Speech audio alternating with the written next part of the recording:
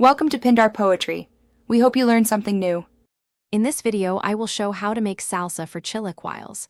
First, gather your fresh ingredients.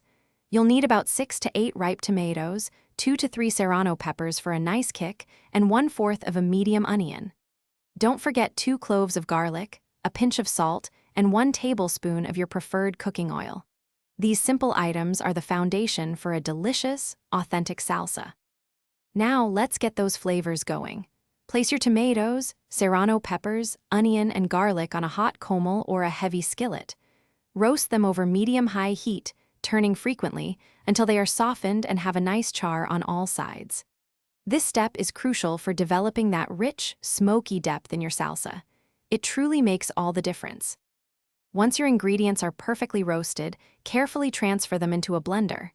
Add about 1/2 cup of water and 1 teaspoon of salt. Blend everything until you achieve a smooth, consistent salsa.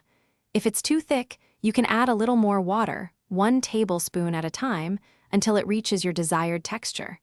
Taste and adjust the salt as needed.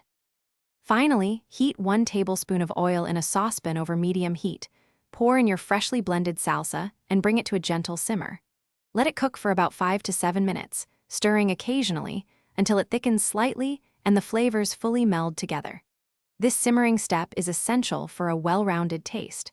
Serve this incredible salsa over crispy tortilla chips for authentic chilaquiles.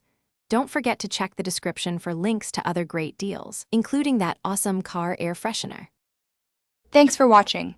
Consider subscribing if we helped you.